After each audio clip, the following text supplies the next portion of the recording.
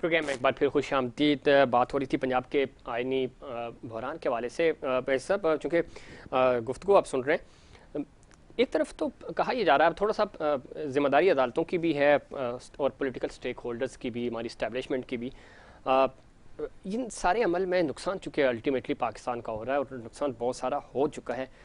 अभी भी हमें नहीं लगता कि स्टेक होल्डर्स एक जगह बैठने को तैयार हैं। इस आइनी बहरान का हल क्या है? चूँकि आइनी बहरान की वजह से और सियासी अदम इस्तेकाम की वजह से आपका माशी अदम इस्तेकाम है। जी sir, no doubt, absolutely true. और ये किसी भी मुल्क के सियासतदानों की जिम्मेदारी होती है। लेकिन मैं अभी देख रहा था जो MNA साहब ने बात की, मुझे दिल से बड़ा इस बात का दुख हुआ है कि ये किस टाइप का हमारा सियासी निज़ाम है कि एक कारकुन जो पॉलिटिकल वर्कर है मंझा हुआ, वो इस मुल्क में इस बात का बैठ के इंतज़ार कर रहा होता है कि बिलावल भुट्टो क्या फ़ैसला करेंगे, मरीम नवाज़ क्या फ़ैसला करेंगी, या फिर अल्टीमेटली PTI में शहबाज गिल साहब क्या फ़ैसला करेंगे।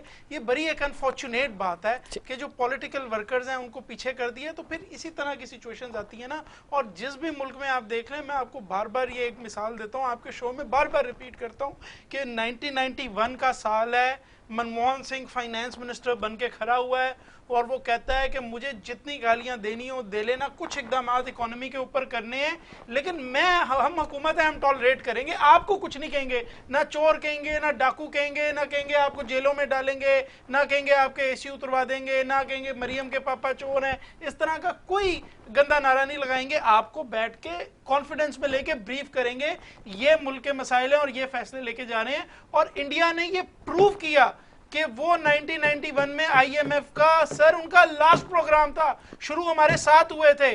फॉरेन करेंसी का जो रिजर्व्स का क्राइसिस है हमारे साथ शुरू हुआ था। बहुत ये हमारे सियासतदान क्यों नहीं करते? सर हमारे सियासतदान ये कह रहे हैं, PDM तहरीक इसी जगह पे बैठ के हम प्रोग्राम्स करते थे। महंगाई पहला टारगेट था और माशी तौर पे पाकिस्तान को स्ट्रॉन्ग करना, और दावा ये किया जाता था। PDM की जितनी जमातें हैं इंक्लूडिंग पाकिस्तान पीपल्स पार्टी, वो कहते थे कि हम माशी इस्लाहात लेके आएंगे और उसको सही डायरेक्शन पे लेके जाएंगे। लेकिन उनका नारा क्या था कि ख़ज़ां जाए बहार आए या ना आए। तो जब आप इस स्लोगन के साथ आएंगे तो फिर मुल्क का यही हाल होगा ना। और सर बिल्कुल आपकी बात ठीक है।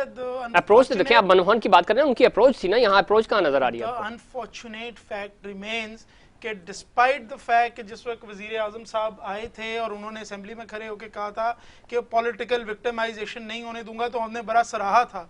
लेकिन उसके बाद इस मुल्क के अंदर जो पॉलिटिकल विक्टिमाइजेशन इतने तहरीक इंसाफ के 3.5 सालों में नहीं हुई जो इन 3 महीनों में हुई, आपके सामने ही ये चीज़। हाँ, ये वैसे मैं इतना नहीं ब्लैंकेट बैन दूंगा पाकिस्तान तहरीक इंसाफ को भी, नहीं दे रहे, मैं कह रहा हूँ नहीं दे रहे। लेकिन आप देख लेना कि यहाँ पे तो कोई छोटा सा कोई 12 साल का बच्चा अगर उसने ट्वीट कर दिया तो उसको उठा के लेके गए, तो इतना तो बुरा हाल नहीं था। ये कानून तो सारे PTI ने बनाए थे। अच्छी बात है ना, बनाए थे, लेकिन उसमें पिक एंड चूज ना करें ना कि आप करेंगे तो मैं उठा लूंगा और मैं लिख रहा हूं तो मैं नहीं करूंगा। ये क्यों? इसी को हम खत्म करें। कब करेंगे? अगर हम हुकूमत में हैं तो आर्मी चीफ भी बहुत अच्छा है, पाकिस्तान आर्मी भी बहुत अच्छी है, सुप्रीम कोर्ट भी बहुत अच्छी है, मुल्क भी ठीक चल रहा है, हमारे जो डिप्लोमेट्स हैं वो भी बहुत अच्छे हैं, और जो बात बंदा खिलाफ हमारे कर रहा है वो मुल्क का गद्दार है और उसको हमने फेंटी भी लगानी है, उसको उठाना भी है, और सोशल मीडिया की रेगुलेशन चाहिए।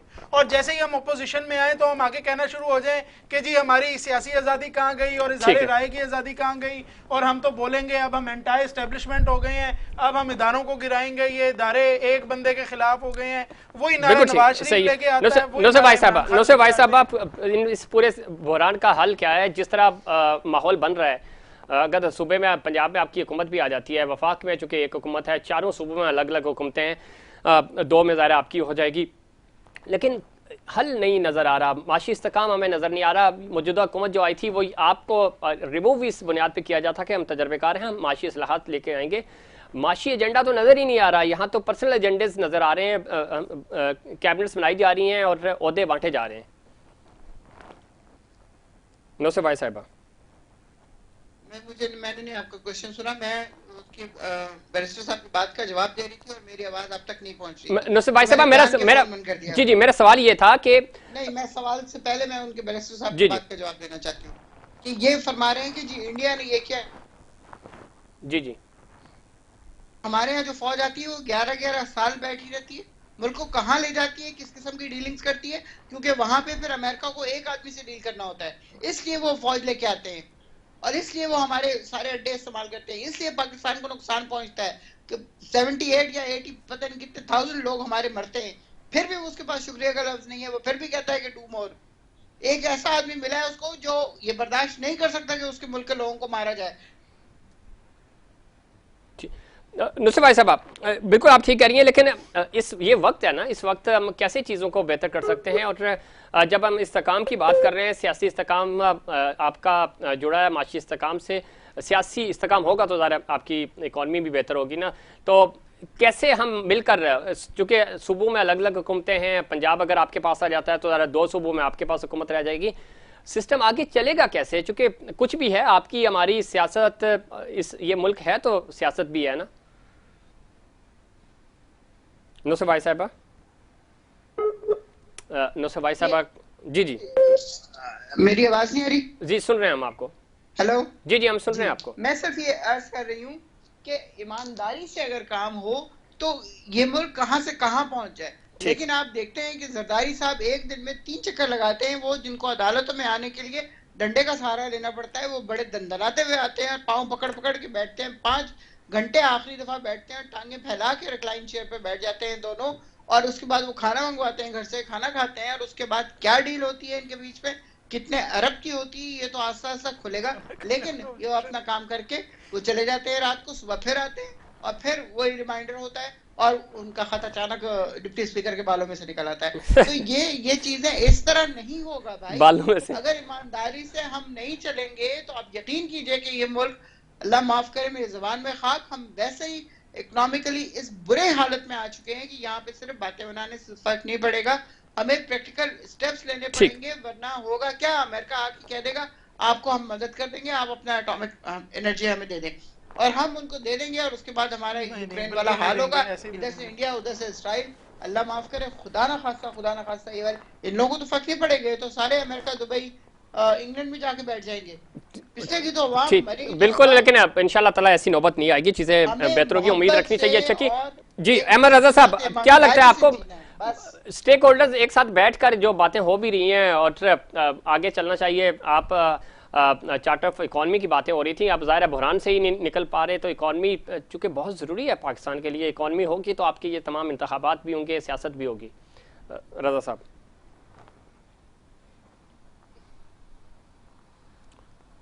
जी, अहमद रजा साहब सुन पा रहे हैं आप मुझे?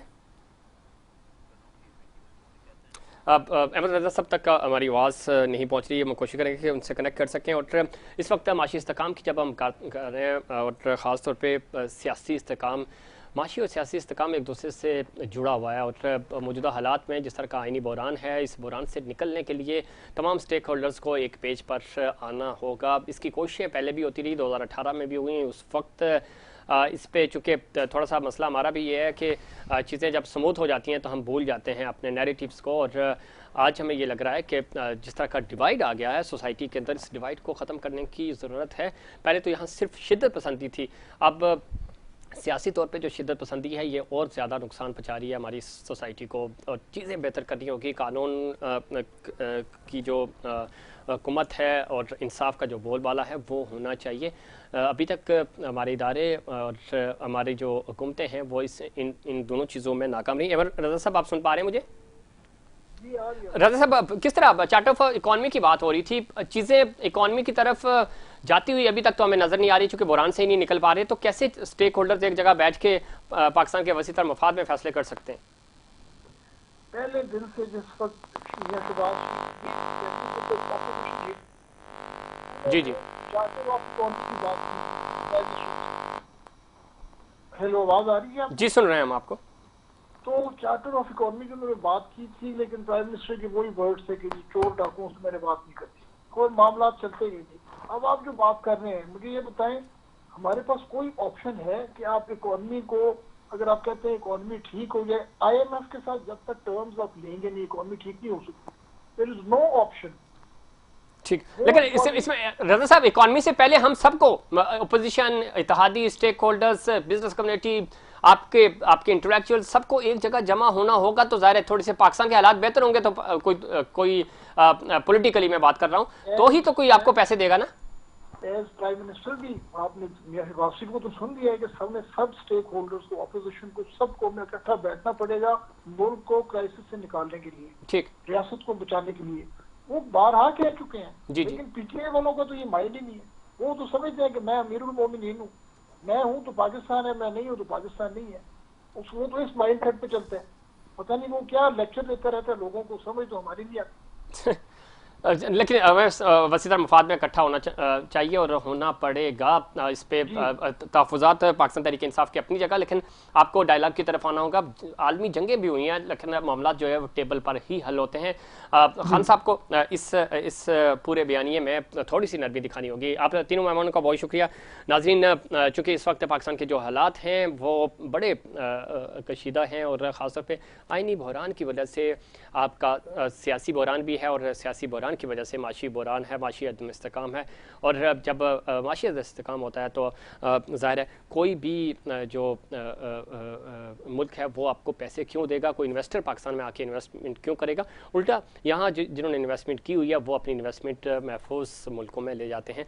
तो इसके लिए ज़रूरी है कि अमन बरकरार रहे, सियासी तौर पर अदम इस्तेकाम जो है ये ख़त्म हो और आइनी बहरान ख़त्म हो, ताकि पाकिस्तान ट्रैक की तरफ आ सके। दूसरी तरफ नाज़रीन, चूँकि बारिशों का सीज़न है और कराची एक दफ़ा फिर मुतासिर हुआ है और कराची में चूँकि तूफ़ानी बारिशें हुई हैं और यही वजह थी कि ज़िमनी इंतखाबात भी और कराची में जो सिंध के दूसरे मरहले के बल्दियाती इंतखाबात कराची और हैदराबाद के उनको भी मुलतवी किया गया। इस वक्त चूँकि कराची में शदीद बारिशों और सैलाबी सूरत हाल है और इस वक्त इमदादी टीमें जो है काम कर रही हैं। इसमें पाक फ़ौज की जो जवान हैं वो सड़कों पर हमें नज़र आ रहे हैं और रेस्क्यू कर रहे हैं लोगों को, जो लोगों की गाड़ियाँ फंसी हुई हैं। जो दूसरी तरफ इमदादी कार्रवाइयाँ सिविल हुकूमत के साथ मिलकर की जा रही हैं। डीएचए की जब हम बात करते हैं, कैंटोनमेंट की बात करते हैं, क्लिफ्टन की बात करते हैं, तो वहाँ पे भी भरपूर तरीके से 1200 से ज़्यादा एहलकार जो हैं वो वहाँ पे काम कर रहे हैं और पानी को जो है वो वहाँ से निकासी आब के वाले से इस वक्त मसरूफ़ अमल हैं। और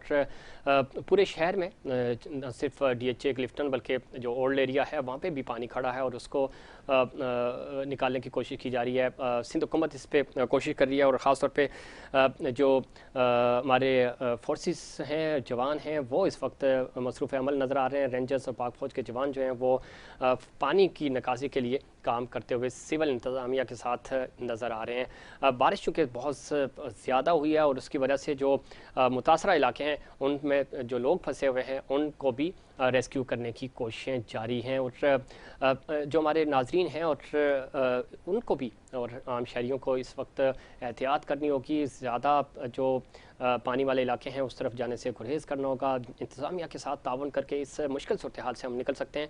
लेकिन दूसरी तरफ शहर की जब हम बात करते हैं, शहर को मास्टर प्लान की बिल्कुल ज़रूरत है और इस शहर को बदलने की ज़रूरत है। अभी चूँकि बल्दियाती इंतखाबात आएंगे और उस वक्त आप सही मानों में अपना सही लीडर का इंतखाब करें ताकि इस तरह की सूरत हाल से बच सकें।